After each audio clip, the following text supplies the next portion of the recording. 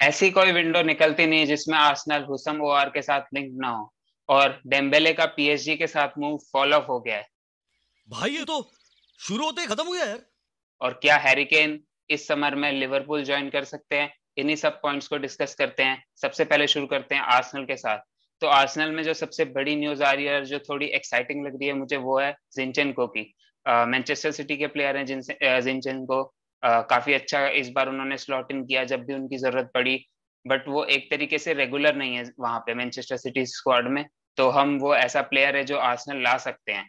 और जिंचेंको के रिप्लेसमेंट के लिए कुकुरेला से बात चल रही है मैनचेस्टर सिटी के लिए। तो अगर वो मूव बनता है तो डेफिनेटली एक चांस है कि जिंचेंको आर्सेनल ज्वाइन कर सकते हैं। जिंचेंको जैसा प्लेयर बहुत जरूरी हो सकता है आर्सेनल के लिए, क्योंकि प्राइमरली वो लेफ्ट बैक पे खेलते हैं बट मिडफील्ड में भी खेल सकते हैं और सेंटर बैक भी ऑपरेट कर सकते हैं। तो एक ऐसे प्लेयर हैं जो मल्टीपल पोजीशंस खेल सकते हैं। केरन टियर्नी जितना इंजर्ड रहते हैं और नूनो टोवारेस ऐसे प्लेयर है जिन पे हम ज्यादा रिलाई नहीं कर सकते। तो जिंचेंको एक प्रीमियर लीग प्रूवन प्लेयर जिन्होंने सिटी के साथ ऑलरेडी 2-3 ट्रॉफी जीत चुकी हैं। उन्होंने मिकेल आर्टेटा के साथ काम भी किया है पहले सिटी में। तो एक ऐसा प्लेयर है जो हम डेफिनेटली आर्सेनल ला सकते हैं। डिपेंड ये करेगा कि वो किस प्राइस टैग पे आ रहे हैं और मैनचेस्टर सिटी उनका रिप्लेसमेंट ला पाती है या नहीं। उसके बाद जो अगली न्यूज ये आ रही है कि उस प्लेयर की है जिससे हम हर विंडो में अपने आप लिंक हो जाते हैं, वो है एल्वारो मोराटा। एल्वारो मोराटा जो कि 30 साल के एटलेटिको मैड्रिड के प्लेयर हैं। अभी वो यूवेंटस पे लोन पे खेल रहे हैं। बट कोई भी विंडो हो, चाहे समर विंडो हो या विंटर विंडो हो, हम एल्वारो मोराटा के साथ लिंक ना हो ऐसा पॉसिबल ही नहीं है। अभी जब विंटर विंडो गई थी लास्ट, तब भी हम एल्वारो मोराटा के साथ लिंक हो रहे थे। और अब कल फिर से न्यूज आई कि हम मोराटा को साइन कर सकती है आर्सेनल फॉर 30 मिलियन यूरोज। मेरे ख्याल से एक बेकार और फालतू की न्यूज है, बिकॉज मोराटा एक 30 ईयर ओल्ड स्ट्राइकर हैं और उनकी वेजेस भी बहुत हाई रहती हैं। प्लिफिक भी नहीं है वो। और एक आर्सेनल टाइप स्ट्राइकर नहीं है, डेफिनेटली एक मिकेल आर्टेटा टाइप स्ट्राइकर नहीं है। तो ये एक ऐसा मूव है जो मुझे बनता हुआ तो नहीं दिख रहा।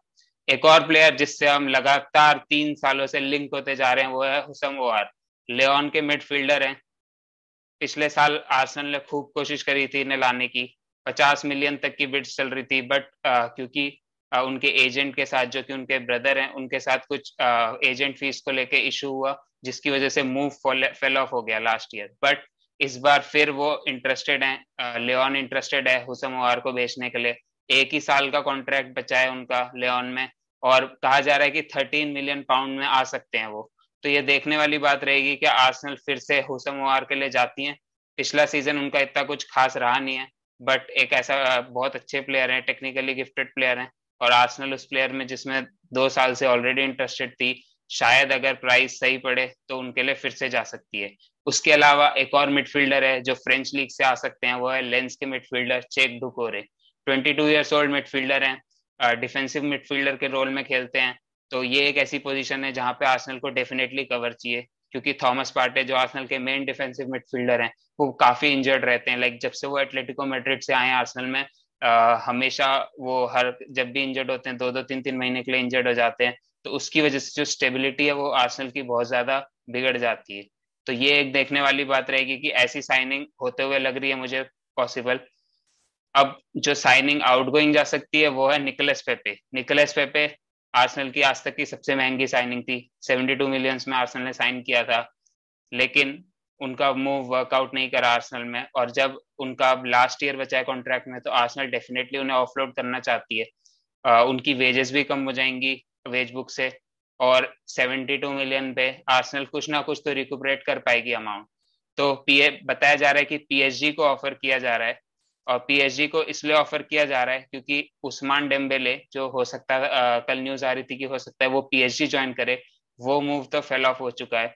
और जो पीएसजी के नए टेक्निकल डायरेक्टर हैं जो लाइल से आ रहे हैं, जहां पे पहले निकोलस पेपे खेलते थे, तो वो उन्हें काफी पसंद करते हैं। तो अगर ये डील, अगर जो उनके टेक्निकल डायरेक्टर हैं और आर्सेनल के बीच में कुछ एक प्राइस नेगोशिएशन सही से हो जाए, तो ये डील एक होती हुई दिख रही है मुझे। उसके बाद एक और जो मतलब एकदम out of the blue news आई, वो थी लिवरपूल से रिलेटेड, कि हैरी केन हो सकता है लिवरपूल ज्वाइन कर ले। क्योंकि खबरें ऐसी आ रही हैं कि सादियो माने बायर्न म्यूनिच ज्वाइन कर सकते हैं। तो अगर सादियो माने, जो कि नंबर 9 का रोल इस बार वो खेल रहे थे, अगर वो बायर्न म्यूनिच ज्वाइन करेंगे तो लिवरपूल को भी एक नंबर 9 चाहिए, और हैरी केन से बेटर नंबर 9 कोई है नहीं अभी लीग में। तो हैरी केन, जो कि अभी कल ही ऐसी न्यूज आई थी कि वो स्पर्स के साथ कॉन्ट्रैक्ट एक्सटेंशन साइन कर सकते हैं, और फिर न्यूज आई कि शायद एक चांस है कि वो लिवरपूल के लिए साइन करे। तो ये एक बहुत इंटरेस्टिंग साइनिंग होगी अगर ये होती है तो। और जैसे कि माने अगर बायर्न ज्वाइन करते हैं, बायर्न काफी होपफुल है कि वो उन्हें साइन कर सकती है, क्योंकि माने भी अपने आखिरी ईयर ऑफ कॉन्ट्रैक्ट में जा रहे हैं। तो अगर माने बायर्न ज्वाइन करते हैं तो गनैब्री ऐसे प्लेयर हैं जो बायर्न लीव कर सकते हैं। तो इसे मतलब मैं तो बहुत चाहता हूँ कि गनैब्री जैसा प्लेयर वापस आर्सेनल आए, जहां पे उन्होंने शुरू किया था अपना career as a academy player, और जबकि अब वो एक वर्ल्ड क्लास प्लेयर बन चुके हैं तो वो आर्सेनल को आके अपनी पुरानी ऊंचाइयों पे लेके जाए। गनैब्री के साथ रियल मैड्रिड भी लिंक होती हुई लग रही है, क्योंकि एम्बापे के पास से एम्बापे वाले साइनिंग से हाथ धोने के बाद अब उन्हें स्ट्राइकर पोजीशन और फ्रंट पोजीशन में एक साइनिंग चाहिए। और गनैब्री एक वर्ल्ड क्लास प्लेयर है जो कंसिस्टेंटली बायर्न म्यूनिच के लिए लीग में भी परफॉर्म कर रहे हैं और चैंपियंस लीग में भी परफॉर्म कर रहे हैं। तो गनैब्री रियल मैड्रिड जाते हुए दिख सकते हैं। अगर आर्सेनल के साथ इशू ये हो सकता है कि वो वेज उतनी अफोर्ड ना कर पाए गनैब्री की। तो अब ये इंटरेस्टिंग रहेगा कि आर्सेनल गनैब्री के लिए जाती है या नहीं जाती है। उसके बाद जो थोड़ी और इंटरेस्टिंग न्यूज आई है वो है मैनचेस्टर यूनाइटेड से।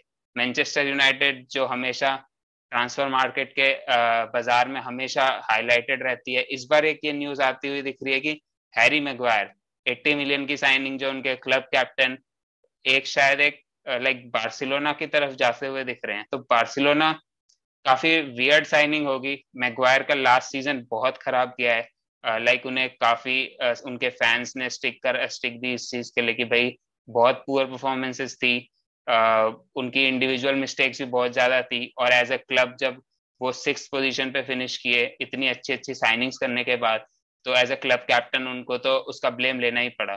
तो ये इंटरेस्टिंग चीज रहेगी कि बार्सिलोना में उनके लिए कहाँ जगह बनती है। हालांकि बार्सिलोना के जो डिफेंस है वो थोड़ा वीक होता हुआ लग रहा है इस बार, क्योंकि जेरार्ड पीके जो कि काफी इंजरी प्रोन है, उनकी एज भी काफी हो गई है।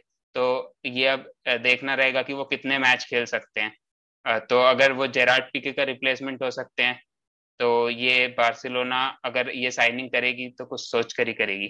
उसके अलावा मैनचेस्टर यूनाइटेड, जिन्होंने एंकुकू के लिए 60 मिलियन की बिड लॉन्च करने का फैसला किया है, उसके साथ साथ वो लाइप्जिग के फुल बैक नॉर्डी मुकिएले के लिए भी एक बिड लॉन्च कर सकते हैं।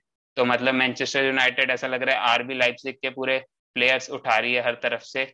उसके साथ साथ आयैक्स से जूलियन टिम्बर की लिंक्स तो आ ही रहे थे कि अभी मैनचेस्टर यूनाइटेड एक तरीके से कन्फ्लिक्टेड है कि वो जूलियन टिम्बर के लिए जाए या पाउ टोरेस के लिए जाए, या बेस्टोनी से भी उनके लिंक्स बने हुए हैं। जूलियन टिम्बर इन तीनों में सबसे सस्ती साइनिंग होगी। पाउ टोरेस जिनके लिए विलारियल 65 to 70 मिलियन यूरोस चाहती है, और बेस्टोनी जिनके लिए Inter Milan 60 million plus Euros चाहती है, और वहां पे टॉटनम भी इंटरेस्टेड है। तो हो सकता है एक बिडिंग वॉर हो जाए। जूलियन टिम्बर एक ऐसी साइनिंग है जो इजीली करी जा सकती है, क्योंकि एरिक टेन हैग जो आयैक्स के मैनेजर थे, उनके लिंक्स की जरूरत से उनको लाना आसान पड़ेगा, और उनकी जो रिपोर्टेड प्राइस है वो 35 मिलियन के आसपास है। तो ये देखने वाली बात रहेगी कि मैनचेस्टर यूनाइटेड कौन से सेंटर बैक की तरफ जाती है। और भी बाकी न्यूज़ों के साथ मैं आपको अगली वीडियो में मिलूंगा। तब तक के लिए thank you and bye bye.